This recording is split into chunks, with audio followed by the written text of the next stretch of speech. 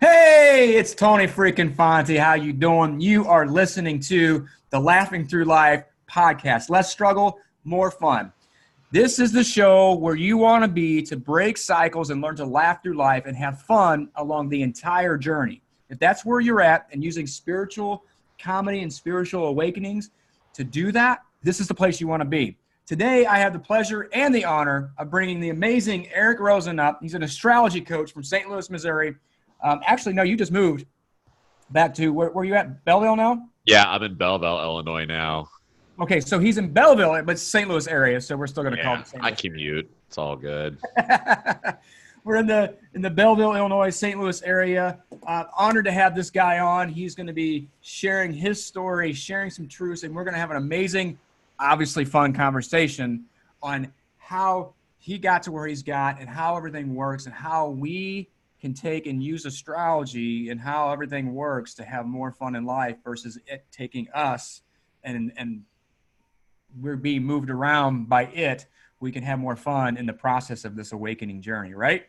So right. I am going to bring it to you. Welcome on. Thank you for being here. Honor having you on.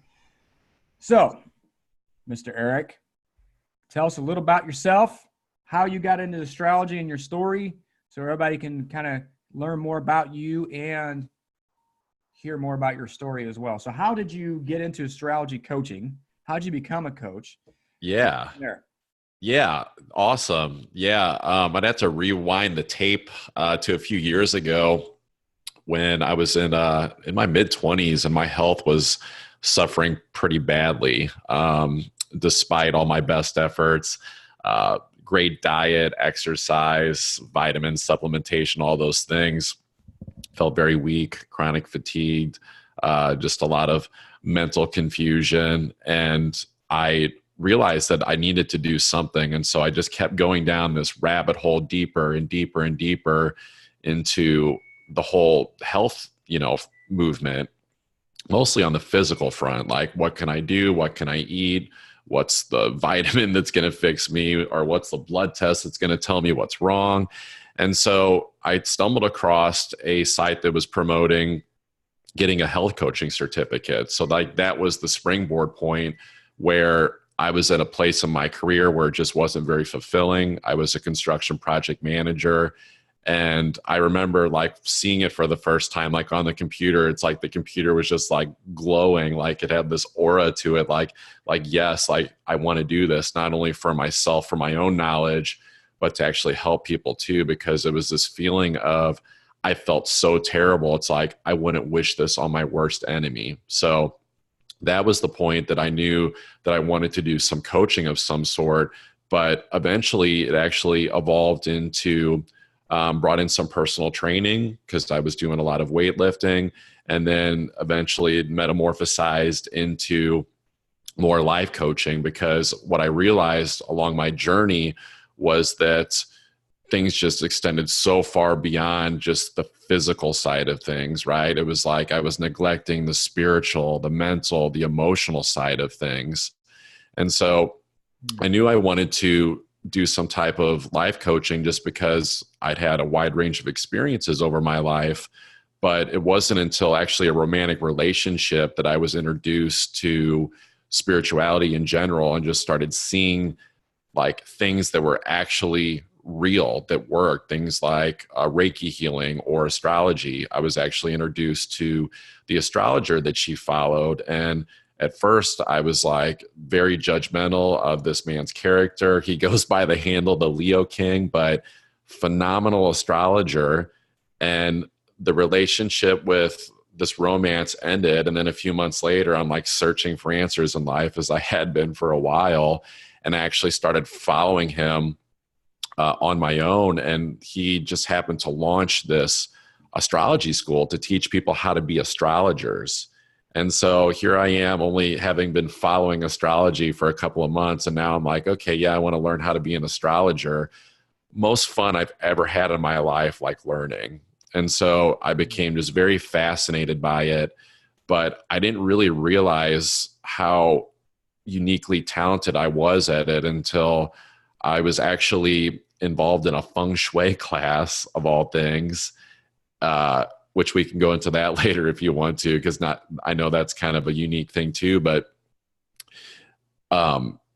it was, this lady was just like, oh, hey, yeah, you're into astrology, where you do a chart reading for me. Like, will you read my chart? Like, read my birth chart, tell me what, was going on when I was born. It's like, I'm thinking like, I don't do chart readings. And she was like, well, I'll just, give you a donation. And so I'm like, okay, fine. So like, I go and do it. Like, it took me hours to do it because like, I'm afraid I'm telling this woman like basically like what her cosmic blueprint is. And I'm like unsure of it.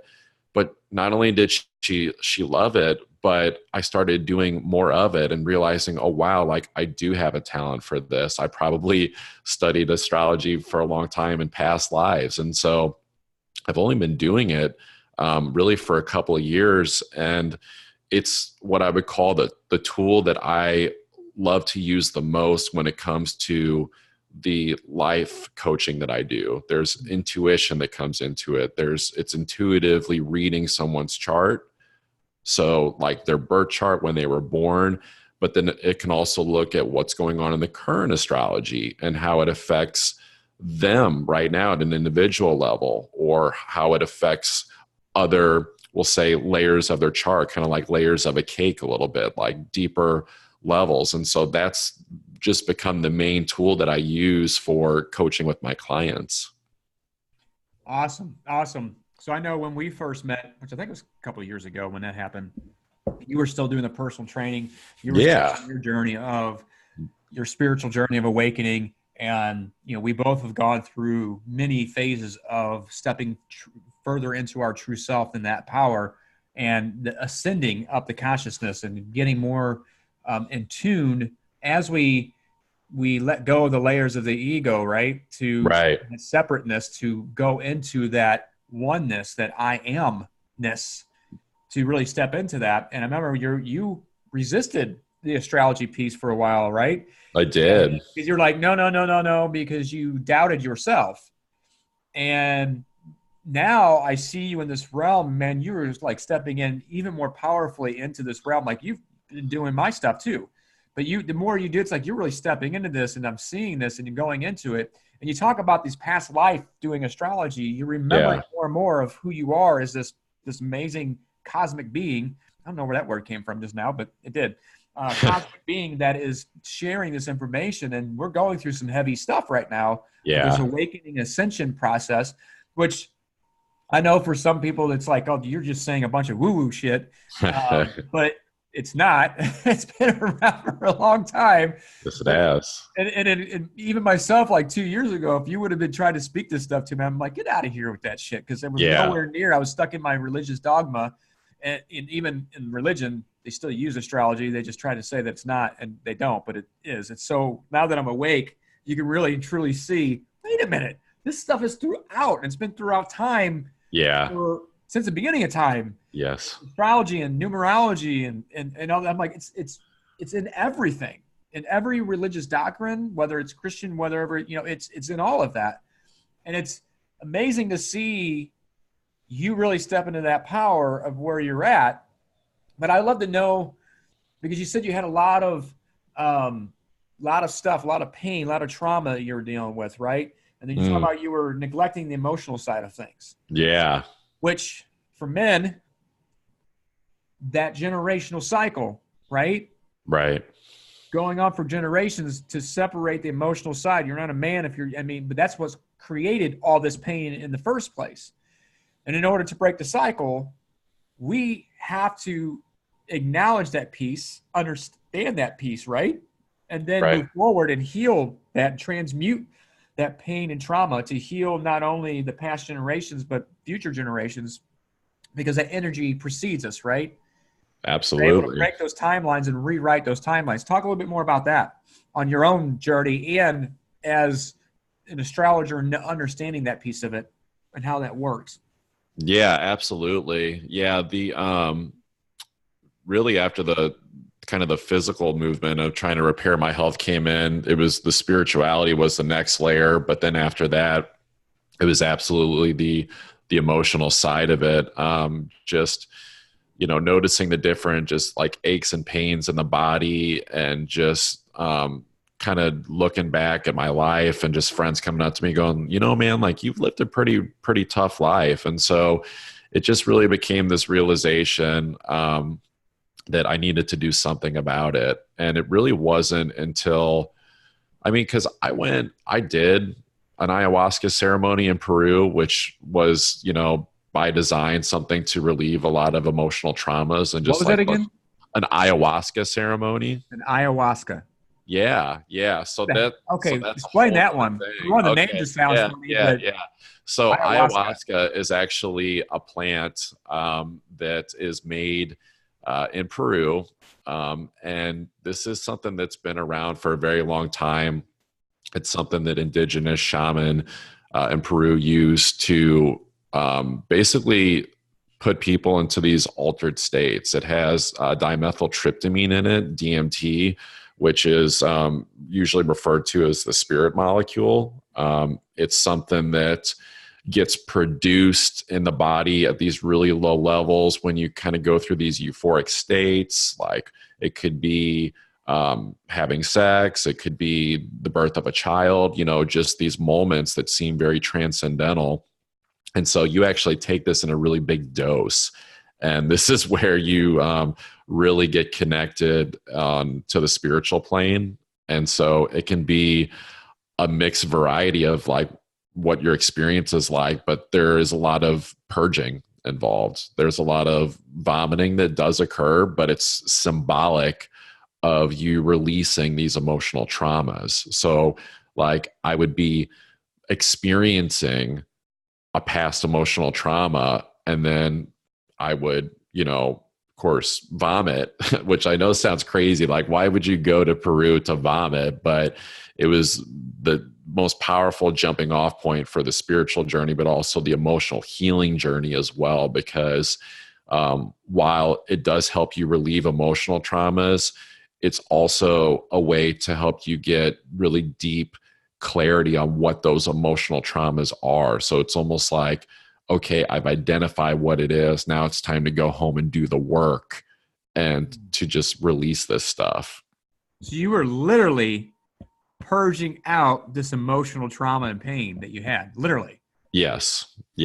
And you said it, it's like, I don't, I know it sounds crazy to actually want to vomit, because I don't know anybody, hey, I'm going to go throw up today so I can heal. Yeah. Yeah. Because I can't stand throwing up. If I can, I'm like, nope, I don't want to unless I really have to get it out. But that's our body's way of, like when we have a bug, right? To release. Absolutely. Bug. But in a sense, that's what it is. You're releasing that emotional bug, that pain, trauma that's been stored. You release that stuff. That is some craziness right there. Yeah. Wow, that's intense. That's pretty intense.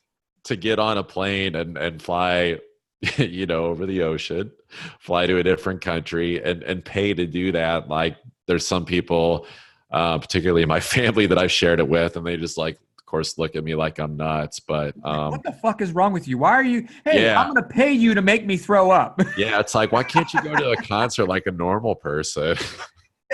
Go to a rave, do something. Yeah. Take some ecstasy. Why the hell would you want to freaking throw up?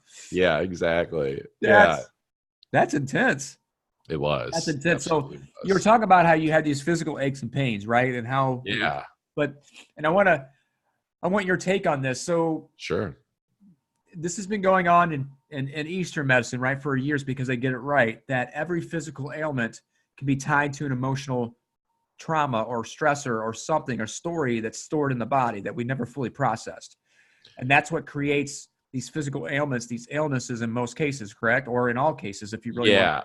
I would take it a step further and say the mind's relationship to the emotion that occurred. Because it's usually just an error in thinking when something happens, and this, it's the mind that starts to paint these stories around like these emotional traumas. Like it could be, my dad said this to me, so that's the fact. But then the feeling is like, oh my God, it was so traumatic. He really made me feel stupid, or it was the worst thing that ever happened to me. That's where the story starts to come in, right? And then So we wore it down. Yeah. right. And so the mind is like basically convinced us like this is the story. So okay, this is the story. This is the real thing, the nonfiction in it, even though it's like nonfiction mixed with fiction. We've got to make this true. We've got to make this program like carry itself out. And so this occurs on kind of like this autopilot subconscious level. And so but the body and our consciousness, our minds, all of it is still trying to be whole again. And so we kind of get these like warning lights kind of going off, these red flags. So like the aches and pains of the body, for example, letting you know like, hey, like there's something kind of off here. Like pay attention to what this is, maybe ask what it is, or, you know, like, of course, we both have looked at like Louise Hay's work that ties like these mental, emotional causes to like physical ailments. Yeah. And like every ailment, like, you know, my finger's still healing my ring finger on my right hand, right?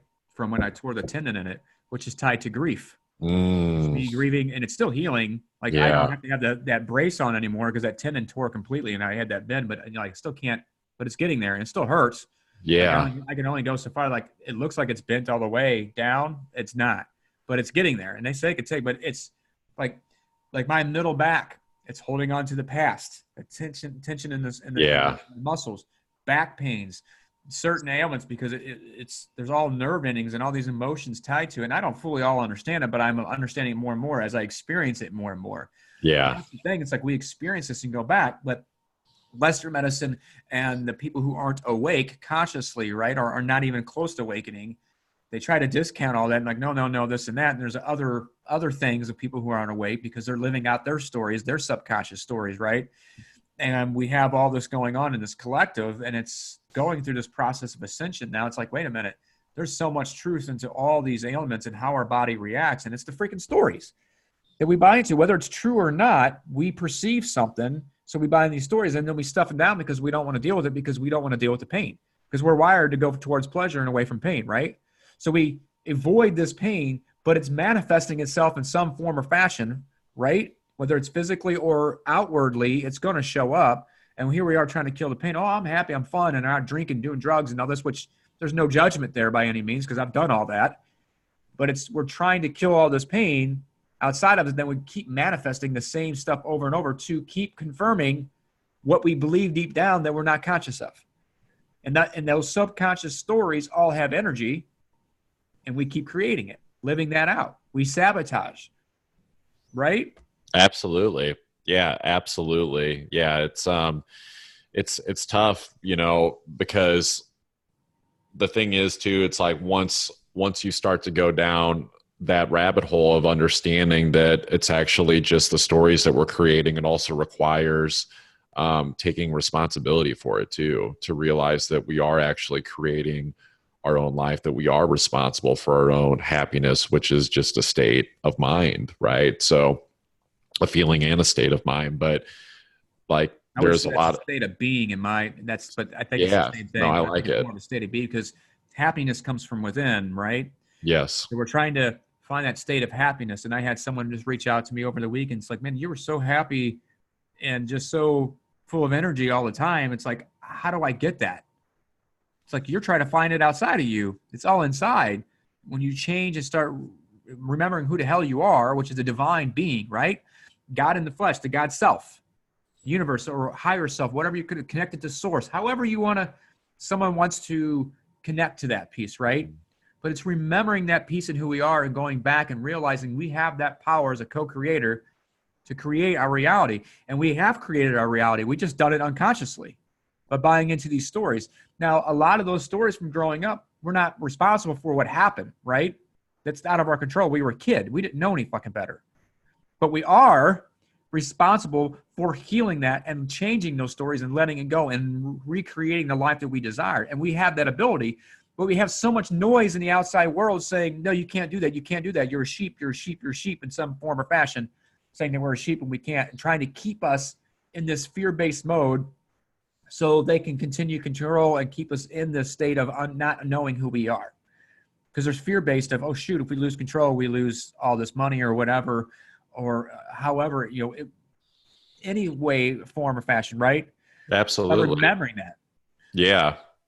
Yeah. So And I think like, even when you get to that point and you realize, whatever games are being played in society, there's also just the fear of rejection, that just intrinsic fear of being rejected, being cast out of the tribe, cast out of the pack, because this is still very new, in the times that we live in, that it's actually okay to be yourself. Like, it's actually okay to be whatever sexual orientation you are, to be, to have religious freedoms. Like, all these things were not around for that long. You were persecuted not that long ago for, being different like that. And so, being willing to not only embrace like who you are and come out and be like, okay, this is me, this is, my own unique form of, my expression of divinity, my unique self, it brings up a lot of fear. yes, because of the old stories that we've bought into. And that's something that I have struggled with because I always wanted to be accepted and loved, especially by my dad from all those stories that I grew up with, right? And that created, so I still am letting go of those layers of being myself. But the reason that most, like we go through this depression, we go through this deep sadness is because we are playing in this separate mind, the ego mind, saying that we have to be something other than we are. And it's our soul going, I don't want to do this anymore. Mm. I want to go back to doing me and doing what lights me up and not just doing what everybody else says. I'm like, oh, I have this job because this is what my mom and dad and everybody else says I should do. I should go to school and get good grades and go get college and then go through this motions and not really being here to serve on some level, to serve humanity, to grow, to awaken in the consciousness. And so we live in this, but we fear this rejection piece and abandonment. That's the biggest thing. It's like, no. But we are creating this shift in this into 2020, right? Where, and I know you see it in the charts, and I want you to kind of delve a little bit more on there, how we're seeing this shift on, we're going back to be more of our unique self, whether it's sexuality or asexuality, however that plays out right now, and being who we truly want to be and being who we are, doing what we were put here to do, what we came here to do, and live that fully and purpose and passion and excitement, and to have fun, because life is supposed to be fun. Like, my word for the year is magical. I want to experience magic in 2020. I want to experience more fun in every single area of my life. And there's some areas that I'm doing very well in that, and there's some that I still have work to do on having more fun. I'm having fun, but more fun. Letting go of the stories, letting go of those attachments. And that's one of the biggest things. People are still holding on to those attachments because of that fear of rejection, fear of abandonment, and it goes deeper. And this, just like this podcast, and this is designed to help people awaken. It's supposed to shake people up. And the work that I do, spiritual comedian, is shaking things up. And yes, it's going to piss some people off. Even the work you're doing, it's going to piss some people off. But that's a good thing, right? Oh yeah, absolutely. I've seen it already, where people will show up and say some things, and it's just that resistance that, at first glance I might be like, oh man, like this person's like saying this, negative thing, but I've actually been learning to celebrate it, because it's really just also a recognition of me also moving through my own inner resistance of being myself. Because ultimately, of course, we talk about our outer world just being a reflection of our inner world, right? So like, if someone shows up and say I'm, quote unquote, leveling up and putting more and more astrology content out there, or, some of the other projects that I'm working on, and someone comes out and says, hey, you shouldn't be doing that, or should be like this or whatever, it's like, okay, cool, I'm on the right track. I'm on the right track, baby. Like, yes, like this person showing up. The one of the first times I ever did a free writing exercise, when I was just wanting to kind of get clear on like purpose and, branding for myself and things like that. One of the first lines that came up was cheers and jeers. It's this willingness to be polarizing, to excite people that want this type of content and want to free themselves and be themselves, but being okay to trigger people that don't like it. And it's not intentionally meant to trigger them, but like learning to be okay with it, recognizing that that's just their own stuff. And that as long as the message that you and I are putting out there, Tony, is like coming from a pure space, like of love, of compassion, of like, being one of God's light warriors. I'm using light warrior instead of light worker now. I like that term better. Especially as these, divine masculine guys, right, that are stepping into that power. I think as long as that bigger, redefining, I just want to stop for a second. It's like redefining what it means to be a warrior. Totally. Not from this fear-based war you're going out to attack, but it's different. Yeah, that's the ego, but this new way of a warrior. So finish what you're saying, and then I want you to kind of go deeper on the warrior side of the shift happening. Yeah, basically that was it. Just, as long as the deeper why is there of why you're putting your message out there, because, there's always projection going on, either negative or positive. And so let's, project the love that we're connected to in our hearts, like out into the world to inspire people. But then there's the other side of it where if we're not dealing like with our own inner turmoil, even if our intentions are good, if we're not careful and we're coming from more of a negative emotional place or seeing what's wrong in the world, it's almost like we're casting our own negative turmoil out into the world under the guise of it being a positive message, right? So it's like, it's not meant to put a message out there to call people out and say what they're doing wrong and say you're doing this wrong, because then we can start to fall into the same category of like some religions, right? Which is like, this is wrong, you should do this. Like spirituality ultimately is meant to be boundless, where there are no, dogmas, there are no boundaries in terms of what's right and wrong, compassion and non-judgment. There's no one way. Right. There's no one way, that we're all going to the same place, where religion says there's usually one way and only one path, and you got to go this way, which are all a little different in how they do that. This is about oneness, and that's one of the things I'm working on too. Still, the ego still tries to come in and say, no, that's not. I'm like, wait a minute, stop. Love and compassion, allow them right where they are, because people can only handle what they're ready to receive. If they're not ready to receive more, and that happened to me, I wasn't ready, but I got it, and it freaked me out. A lot of people aren't ready to receive, but they're still going to the same place, and they're here for their journey, and they want to experience that, right? So it's letting go of that dogma, and that, we got to put ourselves in that realm of, I'm right, you're wrong, which is duality, which in the pure spiritual realm, there is no duality. There's no right or wrong. There just is. Right. Multiple ways. It's like when you say I'm right, you're wrong, it's like you're putting yourself above them and they're dumb or whatever, right? It's like, no, my way's better than your way. Right. And religion does the same thing. And there's even the denominations of religion will say, no, this is right, but this isn't. And this is right. What if it's all right? Based on where you are in your journey. Yeah. And you had the ability to evolve or not, right? Mm-hmm. Yes. So it's interesting you're talking about the piece, but I want to step back just for a second, because you talk about we don't intentionally want to trigger people. But I would kind of say we are, but in a loving way. I think is the motive being that you're just wanting to put light out to inspire people to just find themselves and being okay with triggering them. Yes. And it's kind of just like, that's not the lens that I view it through. But knowing that that's going to be a part of it, it's kind of like, I don't know if collateral damage is maybe the term, but it's like knowing that when things are built a certain way, that it's okay to shake things up and being okay with that.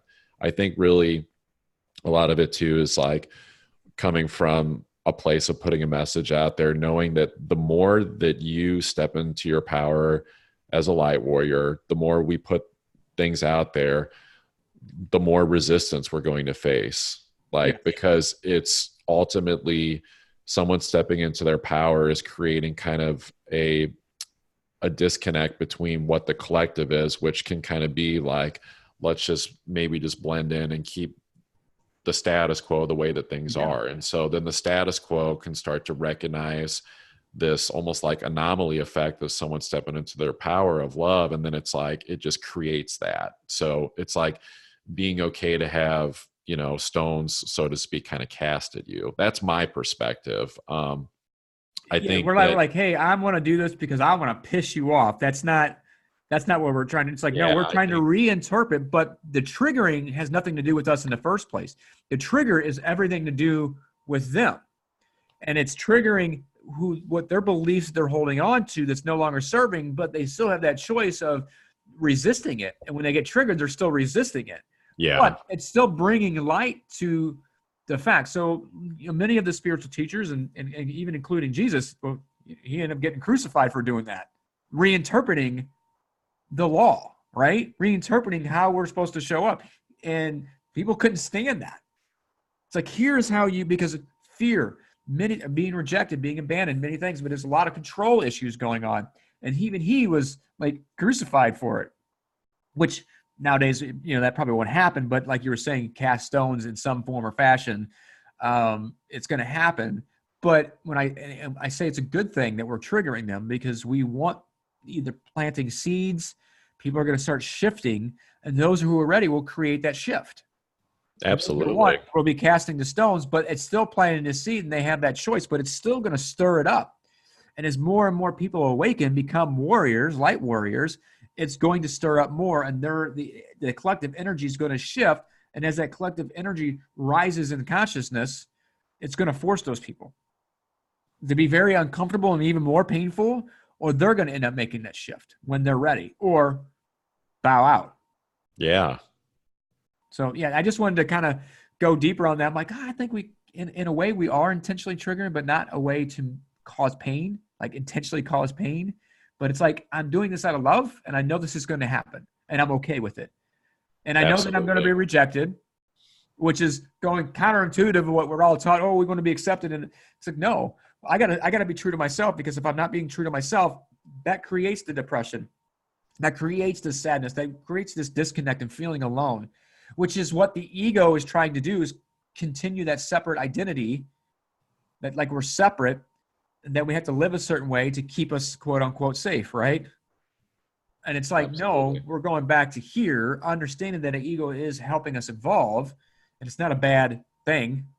Even though I tried to reject the ego, I had to go through that process too, which is another form of separateness. But it's realizing, wait, the ego is actually serves me. It serves in my evolution. Would you agree with that? I think or expand on that, actually.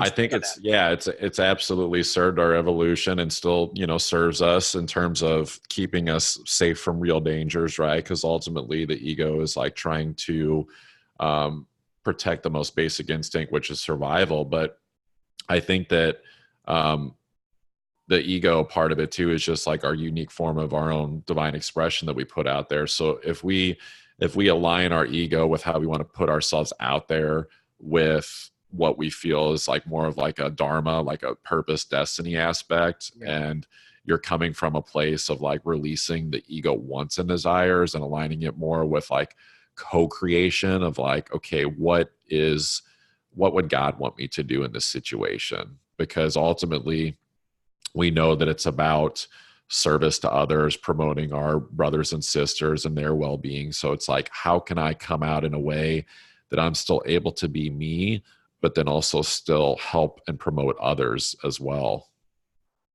I love that you, the question you just asked, what would God want me to do in this situation? Yeah. And what comes to mind for me in that moment is aligning our will, which is the ego, right, to God's will. And that's the aligning piece of it. Exactly. Which is, and those who's like, oh, I don't connect with the word God. It's God, universe, source, right? It's all the same. It's all the same. Cosmo, higher self, higher consciousness, whatever it is. It's God self. Collective consciousness. Divine self. Oneness. I mean, we can go on with all these different words. And when we say God, it's just universal, or whatever word you want to use, and it'd be thrown out. But I love that, because that to me, it made a connection with me when you said that. And there's my Italian and smacking my mic. I get excited, hands start flying everywhere. Yeah. Just smack my mic. But that resonated with me. That is the piece where we align. There it is again. But I can't not talk with my hands, because if I do, I'm speech impaired. Losing your balance. Yeah, the blessing of being Italian and the curse of being Italian. You're smacking things, and you can't talk without your hands. So you're speech impaired when you don't. But it's that piece of when you said that, it's like, what would God want me to do in this situation? And at that moment, we're going into our internal self, the God self that's connected to God, but that is God, because we are that power of God in us. And it's aligning the ego at that moment with that power to do that will as that universal light warrior, right? Right. That's when you said that, I was like, that's the aligning the wills. The will of the universe, the will of our will, boom. And and then using the ego to bring more awareness to ourselves, because as we are becoming more conscious, we're aware of more of our ego and go, ooh, wow, that's not aligned. That's not love. Because ultimately that's who we are. And that's, it's what God is love. Love in the divine feminine and the divine masculine. It's both. The mother God, the father God piece. However, absolutely, someone wants to resonate and align with that, it's the same, that piece of that, and aligning those two. And that's essentially what we're doing, is aligning our ego with our spirit and allowing it to use and work together to co-create. Is that essentially what you're saying? That's how I'm getting it. Absolutely. No, I completely agree with that, man. I think in terms of, because we mentioned the light warrior aspect earlier, and diving deeper on that, if it's okay, I'd like to kind of dig into that piece just a little bit, because no, I don't want you to freaking. This is about me, damn it. No. I know. I'm sorry. How dare you? Yeah. No, go into that. Absolutely go into that. So yeah, absolutely. I just had to give you a hard time.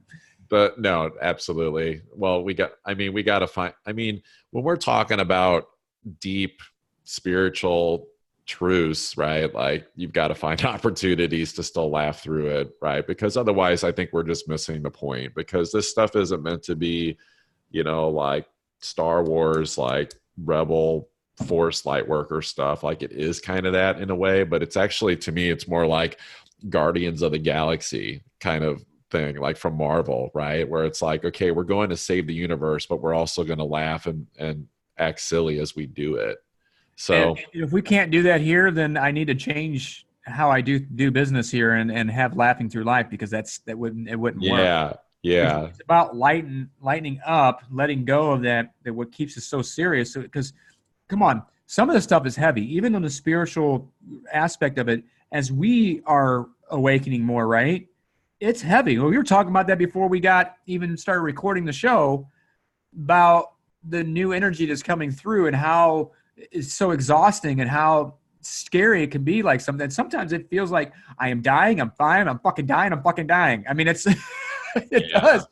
And so when you're able to deal with that moment and have those moments like that, but then turn around and go, that's some funny shit. And then you could turn around and laugh at that and say, oh, people think it's just this kumbaya kind of, oh, I'm awakening, I'm just spiritual, oh, yay, it's so fun and so fun. No, you literally, sometimes you feel like you're in the fetal position dying and they have this weight going. You're like, whoa, what did I get myself into? Why did I sign up for it? And you got to laugh. And, coming from a guy who was extremely toxic, right? And to be able to step into this gift of comedy, which I resisted for the longest fucking time, right? I actually had a guy mentioned that to me yesterday. I had a meeting with live, one-on-one. He goes, dude, I told you this months ago that you have this way of doing this humor. And he goes, and you could sense that you were all over the place. So I said, dude, I wasn't aware that you even said that to me. I wasn't ready to, I'm like, I don't remember you saying that. I was resisting hearing it. Yeah. And then through the months of, having that come, and then you coming to me and doing my chart and saying that, I was like, I can't get away from this. And then I still resist it and still do a little resistance now, but I'm stepping more and more into it. And the more I step into it, the funner it gets. It's not always loving and fun at the moment, but you can laugh afterwards, right? Absolutely. And I shared this on a past episode too, and I was sharing a story about the wreck I got into back in the early December, and I got freaking plowed into. at 50 mile an hour at a dead stop by a freaking SUV. And I'm over here laughing with the EMTs. I'm laughing with the firefighters. I'm laughing with the cops. And people are like, how are you able to do that? I'm like, I would be a fraud teaching this stuff if I can't do it. I'm like, this is where I've gotten to because I'm connecting more and more with myself and shit just happens. There was a purpose in that happening. We know that. I had to face a near-death thing. Hey, you're holding on to the past kind of thing. Wham, let's wake you up because you're not listening. And the universe will do that if you're not listening, and they know, and it knows that you have work to do and you're not doing it. Yeah, we have free will, right? But in some instances, like, okay, we're going to wake you up because you got this to do. Absolutely. And they'll wake you up. There's things it's like, okay, I'm going to do this. I'm going to allow you this free choice, but you're supposed to be here. So we're going to wake you up a little bit and slam into you. And ultimately too, it's like, it's the universe, but it's also you, right? Like you, of course, connected to the universe. We know that, but it's like your higher self, like wants that anyway. Like we might get a little bit of a quick indulgence from the ego wants and desires that could be resisting the message that spirit has been trying to give us. But there's kind of a lack of fulfillment, I think, if we're not doing what we feel that we designed ourselves to come here to do, right? So it's like, in a way, it's almost like getting into a car wreck like that. It's almost like setting an alarm for yourself a little bit, like, so that you're like, you get woken up, right, to what maybe you're avoiding or what you're hanging on to in the past, and like that situation you had. So it's, in a way, it's like the universe is sending you a message, but it's also like a message to yourself. Because we are connected with the universe. We are the universe. And I know some people it's going to go over their heads when they hear this, and that's okay. But I think for the majority of people who are listening to this, it's because they're ready for it. Yeah. Otherwise, it wouldn't be showing up in their feed anyway for them to go, oh, this is resonating with me. And they may have some resistance because they're not quite there yet, but they're going to get it and go, oh, I get this. But yeah, it was like before we came here, it's like, I'm going to create this whole thing because I know this is going to happen. And I'm going to create my own alarm because we are the universe. We're a fraction of that universe. So therefore we are the universe. And as people grow, they'll understand this piece of it, because it took me a while to get this too. That it's like, I'm going to send this reminder to myself, because it's essentially us doing it, because we're part of that collective. We're part of the universe, right? And then that's what we're doing is, okay, I'm going to send this message to get myself clear, because I am not living in integrity with who I truly am, and I got work to do. So I'm going to create this thing. And it's funny because the way I got hit and how bad the damage was to that car, everyone's like, and me, including me, I get it now, but it's like, how did you walk away? You should not have walked away from that. Then I walked away. They're like, oh, you're going to be in so much pain. And I was hurting, but not as near as bad as it could have been. I taken a lot of account that I also invited some healing energy in. I think that has a lot to do with that. Yeah. I was hurt. I had, horrible bruising from, I guess, I still don't know. I think I hit my door or window. I'm not sure, but it bruised bad. But everybody's like, man, you're going to be in extreme pain. You're going to have to go through this. And I'm still having some muscle stuff with that now.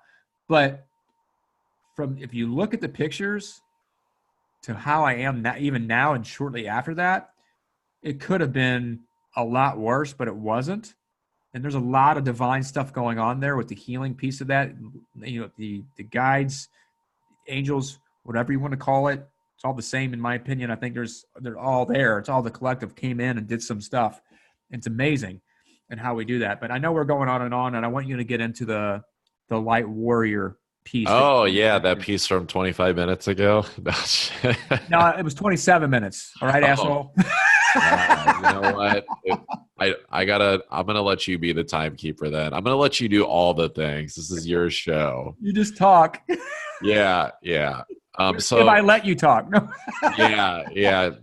Just if he hasn't already shared it, guys, like, he's a Leo. So like, he wants the spotlight. He's like, the show's about me. But I joke around with that. And yes, I am a Leo, but at the same time, this is a conversation I love to bring people on. Of course. To share their stuff. Of course. We are joking around here. Yeah. So the traditional archetype of the warrior, the way people look at it, is like someone going into battle that's knows what he wants and is going after something. All that part is absolutely true. I think because it's so identified with a masculine energy, where it can become toxic is when it's coming from a place of trying to conquer something, to take away from someone else, or coming from a place of like, I need to go into battle to get something because I'm insecure and don't feel whole with myself. Therefore, I've got to go out and battle for something. I would say that this light worker moving into like this light warrior phase is more like kind of this understanding that we already are whole, like there's nothing that we need. And so it kind of brings up the question, like if we're whole and the fundamental basis of the universe is compassion, there's no right or wrong. It's like, what's the motivation? What's the inspiration behind it all? And so I think it's really just leaning into like your purpose, what you feel you're here to do, but doing it in a way that you're detached from the outcome, where you're just kind of doing it for the fun and enjoyment of it. It's more like a dance with life, kind of like looking at, we'll say like the light and dark, or, you know, like the shadow versus like the joy, just seeing it as this just like game that we're playing, this dance, and that it's not really as serious as we think it is. It can feel like that, but being this light warrior is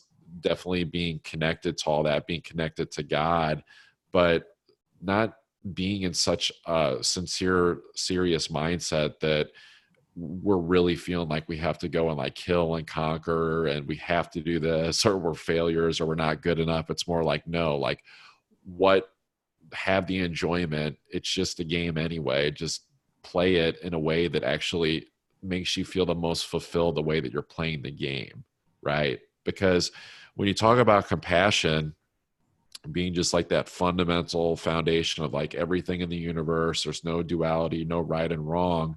It might sound crazy to say, but it's like, you know what? If the world did, you know, succumb to war or, you know, whatever other natural disasters from a cosmic standpoint, it's all right. You know, it's a reboot. But so we can just basically say, okay, like it's a little bit of a game. It's a little bit of an awesome story. So how do I want to play my role in it? Do I want to sit on the sideline and just kind of like watch the television and be like, these politicians are ridiculous? Or do we want to be the change, you know, that we wish to see? As I believe it was Gandhi said, right? Like, how do you get involved? And that's why we have the different archetypes, is to understand the roles that we can play, whether it's being the warrior or the hero or the healer or whatever it is. Like it might feel scary to the mind because it does force us out of our comfort zone, but it's truly emotionally fulfilling to bring in the understanding of these archetypes, to bring in the power of all the knowledge and wisdom from your past lives, and just to be at this awesome, this is the most beautiful juncture that we've ever been at in our human evolution. Although, you know, you look at media, will try to tell you it's the worst, but it's actually an awesome, you know, battle to be a part of. It is the battle for Earth. Yeah, and I love how you talked about letting go of the stigmas of what it means to be a, you know, like a warrior. It's like, oh, I got to go conquer, but it's based off the old type as being emotionally unattached, because, you know, the masculine's not supposed to feel, right? That's weakness, which actually creates more of this weakness, being emotionally unattached. But it's the going out and try to conquer because you feel lacking, right? It feels lacking. That's the whole reason the wars were even created, is because they feel lacking. They feel like, I got to get them before they get me, kind of mentality. So I'm going to attack, and it's all deep down fear-based. Even when guys like, I'm fearless and bullshit. We all have fears. And if you're living in this stereotype of how it means to be a man from that standpoint, there's underlying fears, whether you want to acknowledge them or not. There's underlying fears. And you're trying to control and manipulate to get to that. I mean, that's what kingdoms did back then. Go fighting for control because they think they're going to lose if they don't do this. And that's why there's wars and fighting, because there's all this ego since doing that. even the stuff that's going on now in political standpoint, it's all fear-based and manipulative. And it comes from this internal collective lack. And I love how you're saying it's like we're redefining what it means to be a warrior, coming from a place of wholeness, but conquering yourself, conquering, going back and remembering your true self. This is kind of what's coming to me now in this sense, conquering your purpose, conquering your divinity, and what the fulfillment that you're seeking, and the desires that are in your heart, and what everybody else says you shouldn't desire, right? But really fulfilling that from the you, the capital Y, you, and living that out from a place of love and compassion, like you said just a few moments ago. I love that. And that's redefining what it means to be a warrior. And there's no aloneness. That's the thing too, is men think they're alone and they got to do this all alone. Even when there's people around, they feel alone and they got to do this, struggle their own, because they're taught that. And it's going back to say, no, you're not. You can have a tribe to do this. And let's recreate what it means to be a warrior. Absolutely. Yeah. A lot of it is definitely detoxifying these false beliefs of, what it means to be masculine, that you have to be the strong John Wayne type, that you can't show vulnerability, that you can't show emotion, because when you can't do that, you're ultimately disconnected from true intimate connection, not only in your relationships here on earth, but then also with God, which is basically, of course, the same thing. But yeah, when it's in that ego perception of feeling like you've got to carry the load all by yourself, it's like, and this is something that I moved through very deeply in my own experience. And it wasn't until a couple months ago that I realized it, but it was kind of the dark side of the personal self-development journey, where you keep thinking more is better. And so more money, more responsibility, more muscles, more, relationships, like whatever it is. And ultimately you just kind of start to feel like there's just like your shoulders are like rolling forward and like your upper back is hurting because you're like carrying all the weight of the world. It's kind of like you were talking before the show about your experience when you had that dream that you were dragging luggage like down the river or the stream or whatever it was. Like, as men, we think like that's a sign of strength to be able to not have to deal with the emotional side of things, or that there is a certain just level of conquership. Like, if I do more, that means I am more. But it just really boils down to that fundamental premise that, hey, guy, like, man, like, you already are enough. But the only way that we can truly get that is not at a mental understanding, it's at a deeper emotional level. Yeah, and that's spiritual level, which emotions, energy, and motion, which we're all energy. So that's the spiritual realm. But yeah, it's like we feel like we got to hold all this baggage on. We got to do that because that makes us strong. And then we're the warrior, and that we got to, we're the fighter and the protector and provider of our family. And if you're not doing any of that, you're not a real provider or protector, and you're not a real man, which is all bullshit. And that's where the toxic masculinity comes from. And that's where I live. And that's where so many men struggle with, because they're trying to provide that, but yet there's this disconnect from who they truly are. And they're trying to say, well, this is what society says. And it's okay. This is where we got to say, no, I'm no longer doing what society says. I'm doing what is actually real, which goes against the status quo. Yeah. And we're seeing more of this. And I find it fascinating when you see all these guys who are freaking out and getting pissed off when people are talking about toxic masculinity, right? Or you see Gillette talk about toxic masculinity, or if you see Wreck-It Ralph, Ralph Breaks the Internet, which really what they're doing was targeting toxic masculinity. If you really dig into that, that's exactly what it is. It's not dealing with emotions, trying to get people to manipulate, control. Oh, wait. I need you. You can't go do this because I need to feel this way, and trying to fulfill that piece that's lacking. And you see all these men getting pissed off, and I kind of smile at it because it doesn't affect me anymore because I've healed that piece of it.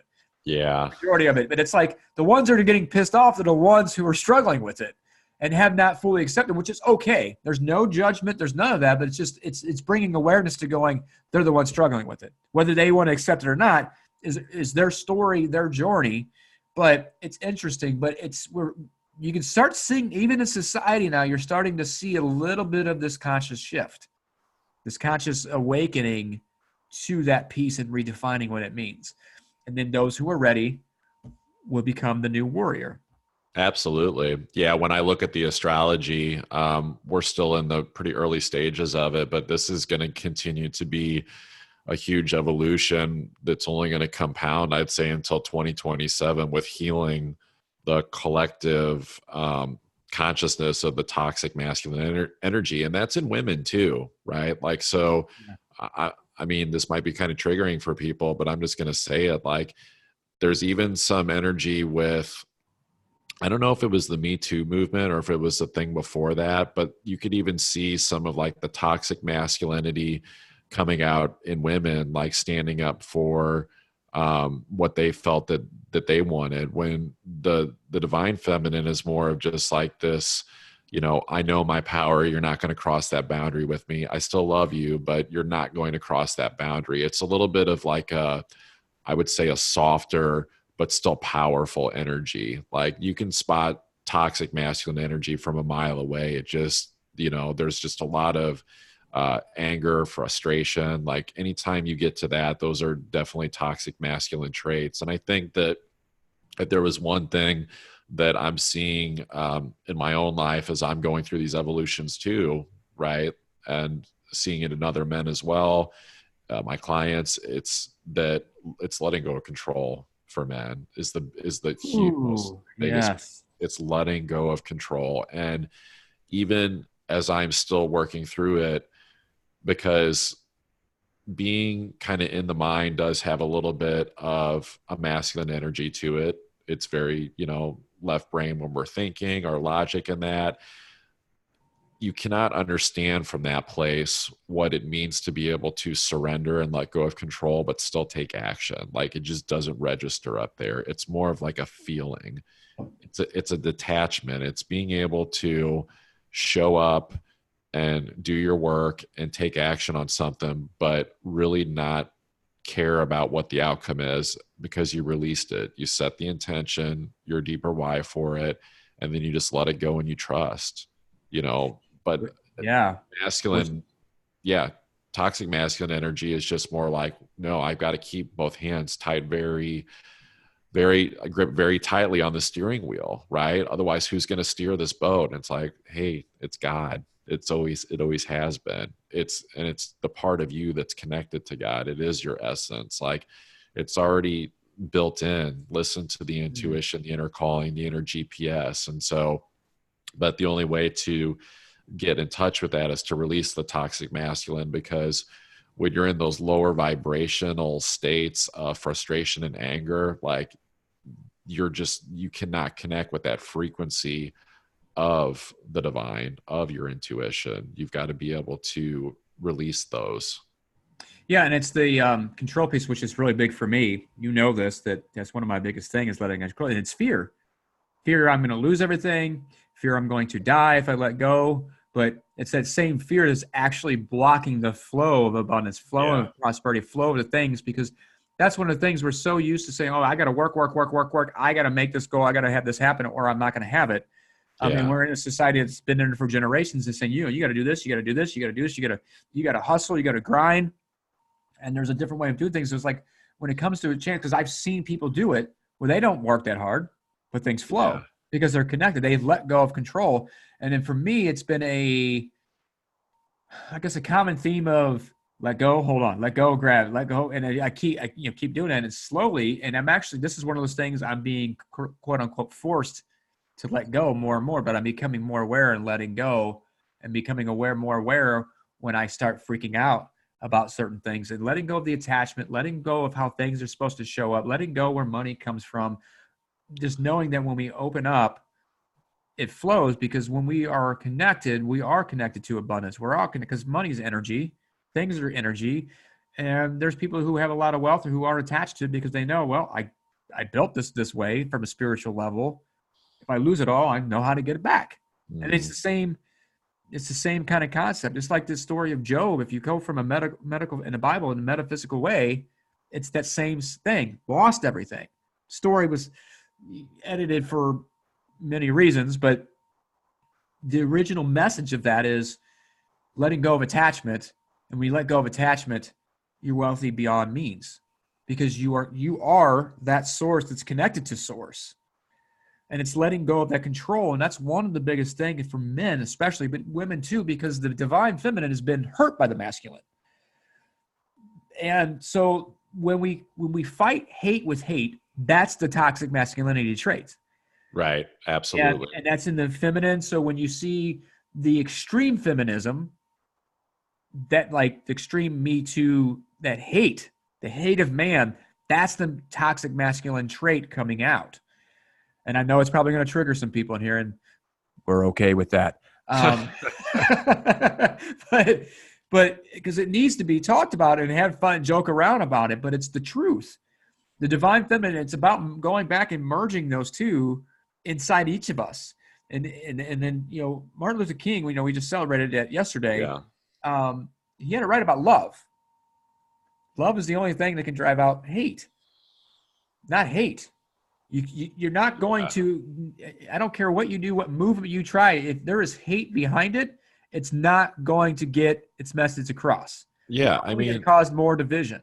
So just to ensure that, we're not just picking on like women or the Me Too movement here. I mean, just in general, how often does protesting, getting up on a megaphone, picketing ever do a fucking thing? Ever? It doesn't. The show keeps going on, like literally every time. Like the people that they're opposing, which is usually some, established norm or established group, like they're just going to keep doing whatever they want to do anyway. Like the only thing that we can really do is bring the love and compassion to whatever inner turmoil that we're projecting out into the world in the first place that makes us want to protest, and then lead by example. Like people will see you shining your light like a lighthouse. They'll be able to also, from a frequency standpoint, not only see the person that you are now, but without you even telling your story, they can spot where you came from too. Like people are just drawn to people that were at the level that they used to be in terms of their love and their consciousness. And then when they level up, that person is drawn to that person because it's like, hey, how did you do that? That's why, to any like coaches out there or healers or anything like that, really it comes down to like the further you see in, the more healing you do on yourself, the further you can see out, the more people are going to be magnetized to you. It's not the words, right? It's not the words, it's the energy, because people have different meanings attached to words anyway. And so the only way your words are going to carry the resonance of the energy that's going to attract people and create change is going to be when you can truly bring that sense of godhood, that compassion to things in your own life. So, you know what? Even if that is like, honestly, one of my favorite shadow work tools, right? To embrace this unconscious shadow side that we all have is projection, like actually using it as a tool. So when I used to get upset with myself and judge myself, guilt and shame myself for projecting onto someone else or a group of people, instead I'd be like, oh no, cool, I get to learn something about myself, because it's like, what is it, what negative aspect, because projection usually, we talk about it as being a negative thing.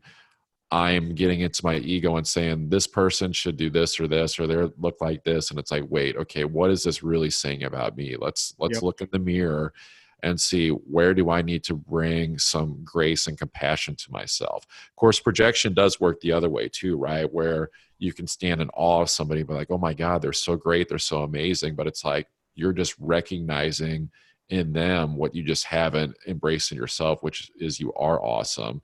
So there's something to be said about that too. There's something to be said about that too, because a lot of light workers, light warriors definitely have an intrinsic, for the most part, kind of, self-worth thing, a value thing going on. but it seems to be a little bit stronger to have to deal with that which we cannot embrace in ourselves using projection to do that. So I feel like I just went on 2 or 3 different tangents there, Mr. Fonte. I hope that's okay with you, Commander. No, dude, you totally confused the fuck out of everybody. No, but what really stood out there was the projection of the other side. Because when you admire something about someone else, it's really something inside you that you haven't fully accepted, fully tapped into. And all everybody else is a mirror. We're all basically just, fragments, I guess is the word of God, looking at each other. That's all it really is. Yeah, we're connected. We're like, oh, wait. Yeah. Well, we get triggered. Oh, that person pisses me off. No. It's something about you don't like about yourself. Yeah. And you got to be willing to accept that. Some people are like, oh, it's all fucking woo-woo bullshit. No. There's science behind it. But and there's all that pieces to it. But I want to step back just for a second when you talk about, I don't want to beat up on the women because we were beating up on the men. Oh, if you want to say we're beating up, we weren't. We're just bringing awareness to it. So I want to say this really quick, and I want people to understand because my brother, I tried to do that over Christmas, and I was like, oh, I'm getting somewhere with him, right? And all of a sudden I was like, let me see if I could push it a little bit further, and I was like, and I realized I'm like, nope, I went too far. I didn't even said it. And he goes, okay, and I go, yep, I saw the line and went too far with it. It's talking about how powerful women really are in their truest sense, and that's what scared the masculinity back in the day because they couldn't handle that. Women are powerful. That's where the intuition comes from. That's where the creation comes from. That's where all that power comes from. And the divine feminine is to help push the masculine to go make that a reality. It's like, here's a purpose. Go do it. Take the action. That's the masculine. Take the action as a warrior to make it happen, to do what you meant to do to fulfill that purpose. Otherwise, you're not going to be fulfilled, and then you can become toxic. And you're lacking that. There's so many people, women and men, who are feeling this lack of fulfillment because they're not living integrity with who they truly are in this being. They're living a life that everybody else says they should live, whether it's generational, whether it's family, whether it's society, because they don't want to be rejected. Oh, if I go against the norm, I'm going to be rejected, right? And that's one of my biggest things, especially when I left the religion side of things. Is that piece of it. And I realized, no, I'm living more in integrity with whom I am myself. And yeah, there are going to be some rejection pieces, and that's okay. But I'm going to be more free, but it's still going to make room for those who are ready and align with that energy. Going, wait a minute, how do I do that? How am I able to do that? I want more happiness. I want to have more fun in life. How did he do that? How is he doing that? How is Eric doing what he's doing and living and fulfilling what he's doing? I want to know, man, I feel a resonance with his freaking story. Mm-hmm. You got a hell of a past too, dude. No doubt. And it's like people are resonating with it, but it's because we're healing and we're stepping in fully into that power that people can see that. And when we're living in this anger and this hate and this toxicity, we can't fucking do anything except create more of that and create more of a storm. And saying, oh, this is just how life is. And that's how I was when I was angry. And we're living in that anger state, trying to control and manipulate more and more to get it. And the more we try to control and manipulate, the more we're like bending the steering wheel, because you talked about steering wheel earlier, right? The more we're gripping that steering, we're bending it, the more we actually lose control. But it's scary. It is. Not gonna lie. It's scary letting that go. And trusting the intuition, trusting who we truly are, trusting God, the universe, to really do the work. But that's all because we have free will. They're just waiting for us to stop it. Yeah. I mean, if we can get really real for a second, like I was going to relate that. We haven't been getting real at all the whole time. I know, right? We'll start now. This is the whole time? Ladies and gentlemen, this is now where we shift from the fiction to the nonfiction. So because up to this point, it's all been bullshit. Yeah. I mean, I think if they've listened this far in this show, they're on board with us. So yeah. So I was going to relate it to men, but really it applies to everybody in general. But the man just really comes to mind. The man, that's got a way different connotation. Men really come to mind here just because of the control and the ego element that is associated with masculine energy in general, right? Which, of course, men and women both have both of those energies. It's just like you're more dominant than one or the other based on your sex in general. Yep. So it's like when it all comes down to it, when it feels scary to like let these things go, if you really truly ask yourself the question about your own state of happiness and your own vitality, and like ask yourself the question like, am I alive or am I just breathing? Because it almost gets to a certain point where you know it when people give up, when they completely lose hope and vitality, and they're trying to control too much, but they lose hope, and then they choose to leave this planet, right? They choose to take their own life. But it's like, if we're to a point where there's a sense of like hopelessness, but then also, even before that, like this loss of vitality, like why not drop the load? Like why not let go of the baggage, let go of the luggage? Because you almost get to a point where it's like, you know what, I just got to try something completely different. I feel like I'm dying anyway, this loss of vitality, but what I'm actually fearing is dying. So it's like, if I'm feeling like I'm dying anyway, why not just test this theory out? Like, why not just do the trust fall and let go and see if source is really there to support you? That's the funny thing about it. It's like the trust fall and just like giving it over to God and giving it over to this deeper emotional intuitive self that we all have. It feels scary, but when you're weighing out the options, it's like most of us just don't feel that true sense of fulfillment. And so we've got a choice where we can realize that now that our cup is not full and go for it now, and do whatever it is that we have to do, or we can wait for it to get so terrible that we cannot stand the poison anymore, and we're faced with that choice, that ultimatum. Right? Does that make sense? It's like, Yeah. it's like really just coming down to like, ask yourself that question, am I really happy? And then ask yourself the question, am I telling myself, when this happens, then I'll be happy? When I get the raise, when I get the job, when I get the relationship? And then ask yourself, how many times have we played out that same formula? If X happens, then I will feel Y happiness. Like it never manifests. We're always constantly trying to get to some future point in time. Like there's some point in the future when something is different, then we'll be happy. It's like, it's completely the opposite. It's like surrendering to the present moment, surrendering to what your true emotional desire is that's connected to your intuition, and just going and playing with it, and being okay with letting go of like whatever expectations you think that how you have to show up in the world, of responsibilities. Like for guys, it's like, you know what, there's a lot of women out there that are complaining that they want more intimacy in the relationship because the man isn't connected more emotionally. When we talk about like our children, and like showing up for them, oh well, I can't because of the kids. It's like, the single best thing in my mind that you can do is lead by example, because we tell our kids we want them to have the moon and the stars, but it's like, go and show them how to do that. Lead by example and get it for yourself. Don't show up out of, this guilty obligation of responsibility to people in terms of the quantity of time you're spending with them or the things that you're doing with them or whatever. Just tap into this deeper place of going for what you want, and trust that if you're really truly connected with that intuition, that it's always going to be the benefit for everybody around you that is also meant to be in your life. Because that's a tough one too, is like when people start throwing around terms like soulmates or I can't let this person go or whatever.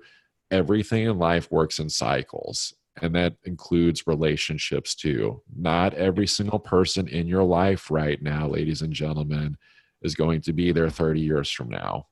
That's just the reality of it. And it's learning to be okay with that. It's learning to honor those relationships and giving it all you got in the relationship and showing up fully. But once it doesn't feel like it's in your true, integrity anymore, to have that person in your life, being okay with, letting them go. Like, it's okay. Like, that this is how we grow. Like we grow and go and mingle with other people in the tribe. It's just like different aspects of God, just being like, okay, well, I'm going to go like play this game over here now. Like it's okay. It's okay to let things go that feel toxic. Like you do not need it in your life. Like this And life let was go of the not dogma designed. that says you're supposed to stay in that too. Absolutely. Yeah, dude, Absolutely.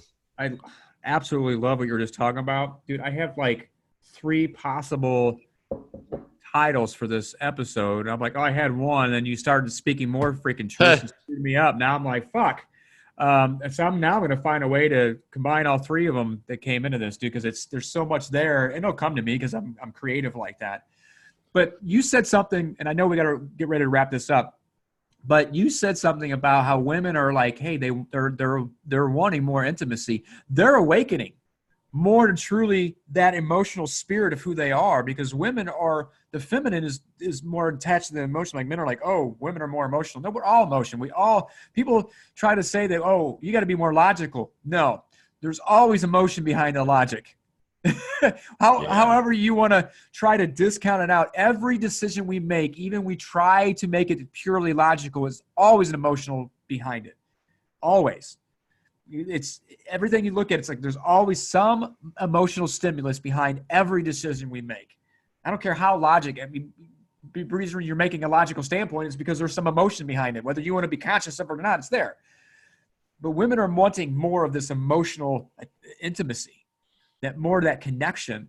And so are the kids. And I'm grateful that I had a daughter, for one, that messed me up, got me upside down so that I can start connecting. She is very responsible. Like I say this many times, my wife who died, who gave me a daughter, they both saved me. And the reason my wife died was for this to happen. And I couldn't say this a year ago, 2 years ago, but I fully see, I'm like, my wife saved me.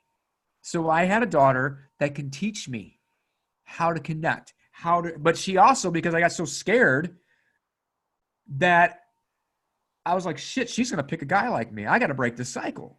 And then seeing my dad, my brother with heart disease, right? That's me in the future if I don't stop this. Because heart disease, it runs in the family. It's a reason it runs in the family, because the same cycles are passed on. That's it. We can turn epigenetics, turn genes off and on. We know this.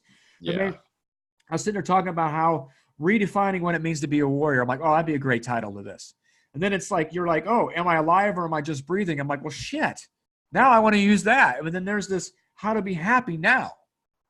So I'm gonna figure this out, and I want people to hear how the creative flow is going here. I'm gonna do it. The title of this is gonna combine all 3 of those. Nice. Don't know how yet, but it's gonna come to me, dude. But I'm like, wow, you said some very profound. Since you became real in this whole episode, you said some profound shit. No. The whole thing has been filled with some amazing stuff, dude. But, man, you said some powerful, powerful stuff.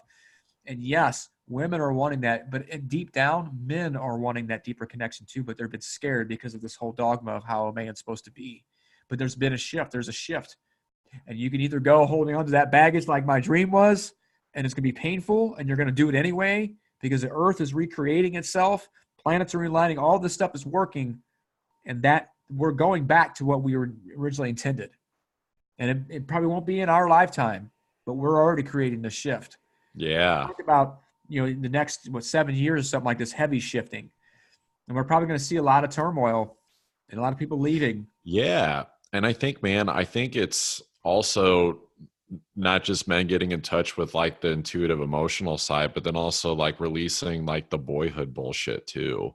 Like, oh my gosh, yes. Because we got to a point in civilization where like we don't have to like struggle for our survival anymore. We don't have to cross oceans. We don't have to go hunt food. We don't have to do these really, masculine things, which was basically just like you show up and you get the work done. You get the job done. So the beauty of it is we get to choose where we want to do that and how we want to do it. But ultimately, I think a lot of it is like taking radical responsibility. It's discipline. It's, just stewardship. It's all these, masculine qualities that basically just like look at the fact that that there is something to be said to what women are asking for from men. It's asking them to open up more emotionally. But I think part of that too is being masculine in the sense of just like, I mean, to be honest, like there's even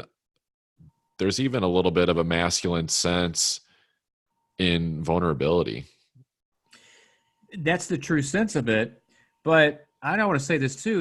It's women want, and that masculine asset is to have a purpose and pursue that purpose. That's a masculine quality, and that's what really women are truly want. It's like, have a purpose, stand for something that is in your true nature, and go get it.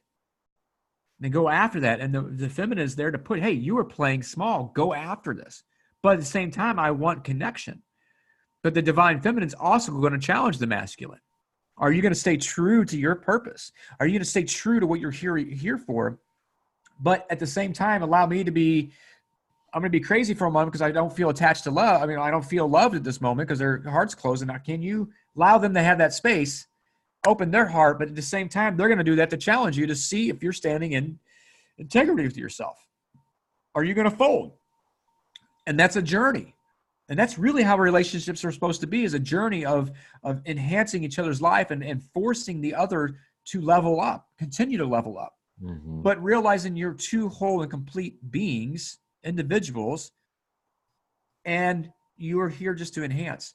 And it's not going to be all rainbows. It's going to be challenging. It's going to feel like pain sometimes. But instead of projecting that onto the other person, saying you need to fulfill this, it's like, oh, it's going back to saying, ooh, I'm triggered when she said this or did this. Why? And then you get to heal that piece, transcend it. That's really what it is. And you both are able to evolve together until that time when you may be here to the end of time, to the end of your time here, or it could be for a purpose and then move on. But two spiritual beings doing that, it's very, very essential to the evolution of man and woman and relationships and the next level state of how relationships are supposed to be. When I say supposed to, how they were originally intended. Yeah. So that's awesome, dude. One final question that I want you to answer is, and I have to ask this, or because it's in line with the whole podcast, every work that I piece together. It's laughing through life, right? Life is supposed to be fun. Period. It's supposed to be. And if we're not having fun, we are not connected to source. We're not connected to God. And it's suffering. And this attachment to suffering, because I've been there too, right? It's like, oh, I have to have this need for suffering and attachment to struggle and suffering. And it's not supposed to be. It's supposed to be fun. So answer this. What is one key that you can give to someone? What's one key to having fun in life? First thing that comes to mind. I would literally say that it is laughing at how unpredictable things are. Ooh. Like when something shows up to surprise you, even if you think that it's not a surprise that you wanted, like laughing at it. Because the funny thing is like when you break down humor at like at a, I don't know, scientific level, that's probably not the word, but it's like understanding what makes humor, it's the element of shock. Right. It's the comedian that goes up and tells a story and then delivers the punchline that shocks people. It's the person that behaves differently than the status quo. Right. It's like that element of surprise. And so one thing that's guaranteed about life on this planet is like the unpredictability. There's just so much divine orchestration going on that we don't have control over. It's like, just learn to laugh at it, laugh at the adversity, laugh at the unpredictability, laugh at all of it. Like if you can especially get down to the roots of the fact that your survival is already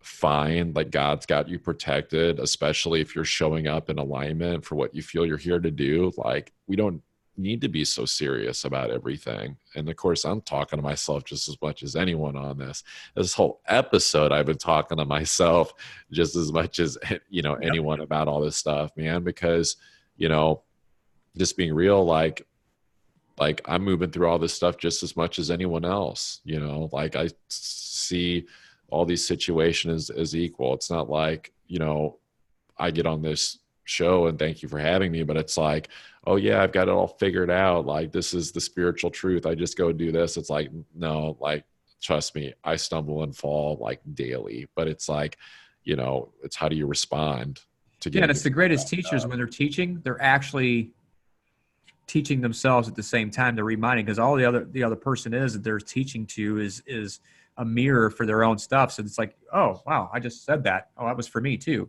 Same thing. Yeah. So you're sharing stuff, and I'm like, oh yeah, oh, I needed to hear that. I needed to hear that. I need to hear that. Of course. The laughing at how unpredictable things are. It's letting go of the attachment of what you think things should be. Oh, for sure. And just accepting what is in the moment, even as you're trying to get to where you want to, but still living in the moment. And the only way that you can live in the moment is to start letting go of those stories that are holding you in that place of thinking that's just how it should be. And I got to live this way. So you're in the now, but you're trying to fight for the future, and the future's not here. And you can't laugh. And it's, oh no, I have this whole design. It's got to go this way. And this is happening. Why is life happening to me? It's like, because it's only responding to how your energy's showing up. And to laugh, like when I got in a wreck, I'm laughing. I wasn't laughing at that very moment. It was the moments afterwards, but the car's about to hit you and you're like hysterically laughing. I could see it. I'm about to get slammed. This shit's gonna hurt.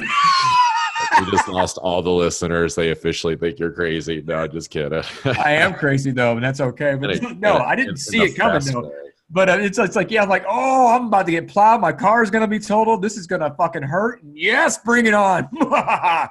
Start laughing. No, that wasn't the case at all. It's laughing with the EMTs. It's laughing with the police officers. Going to the emergency room, having the doctor laughing who's checking me out. Having, not checking me out isn't hot, but checking me out because I had to throw that in there. The receptionist who was having a bad day, I made her laugh. I mean, it's just like, that's what I'm able to do. Does it happen every moment? No, because I still have my shit too. It's not all the time, but I love that, dude, that you said laughing at the unpredictable things in life, because guess what? Life is unpredictable, and we got to be able to flow with it. Especially for the next few years. Yeah, so like it always is, but yeah. Challenges are always going to be there, right? But we get to choose if we're going to suffer or not. Suffering is a choice. So that, no, suffering is a choice. Challenge is going to happen to help us grow and evolve. Mm-hmm. Awesome, brother. I appreciate that. It's 2:22 right now. Boom. What do you think of that? I love it. Do you mind if people connect with you? So you have a new podcast that you just started called the Templar Toucan. Briefly explain how you came up with that name and what it's about. And I will have the details of the link to his podcast in the show notes so everybody can reach out to him. So briefly explain that real quick. Yeah. So I guess I got to start with the title, right? Because people are like, what is that? So the Templar Knights back in the days of the Crusades, of course, history tells a little bit different story, but what was actually going on was the Templar Knights had this kind of code of conduct to empower people through God. They were not really carrying out the orders of the church the way that the church had wanted them executed. It was more like telling people about God and, his compassion, love for them, and just finding reverence, power through God. So, and then Toucan is the spiritual meaning behind that is all about being willing to show your colors, like being willing to step out of the shadows and step into the spotlight. And it's like the loudest creature in the rainforest. Like it's not afraid to speak up. And so blending this name Templar Toucan was something that I came up with actually close to a couple of years ago, but just wasn't really ready to start my journey to embodying this idea yet, which is basically just someone that's committed to empowering people through God, like helping other people, but doing it in a way, not only through myself, but inspiring others to embrace their authentic self, to speak their truth, to, get out of the shadows and step into purpose, step into, deeper connection and relationships. The whole show is designed towards vulnerability, like true emotional expression and vulnerability, because what I'm finding is that people are not looking for perfect and polished. They're not looking for the comparison model of trying to be like the movie star or the musician or whatever it is. There's actually way more power and connection and being vulnerable, because you find like the similarities that you have between other people, as opposed to looking at their differences from the outside, right? Yeah. There's strength in it. It's being willing to say, this is who I am, this is how I feel, and putting it out there, and not being afraid of being rejected by anybody by saying, oh no, you're a man, you're supposed to be like this, or that's not okay to do that, whatever it is. Like, there's strength in that. It's about being willing to face people and say, this is me, from a place of not like, fuck you, this is me, but from a place of like, this is who I am. And so it's really people, myself, I'll have guests on the show too, but there's going to definitely be some stories, you know, going on that we're going to talk about.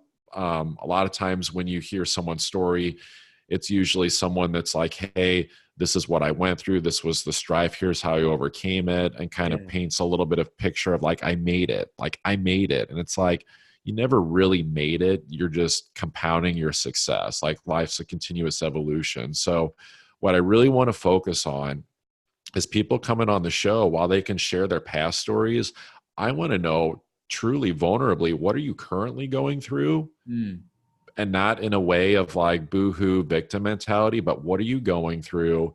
How are you taking responsibility for it? How are you finding power in it, empowerment in it?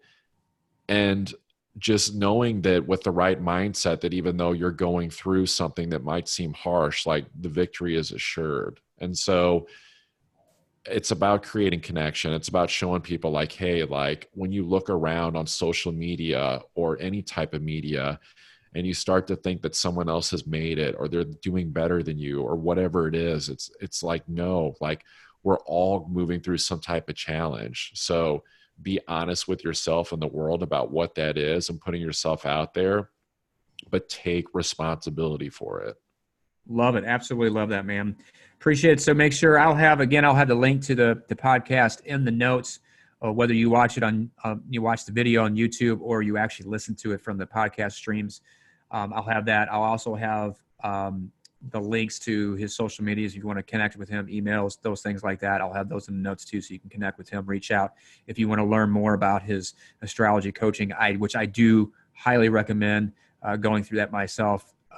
Which we got a chart reading coming up, right? Yeah, which, you know, you call me out on this whole spiritual comedian thing, which I was trying to resist, and I'm like, I can't get away from it. It's in me. Yeah. So, but I will have all those links in the notes.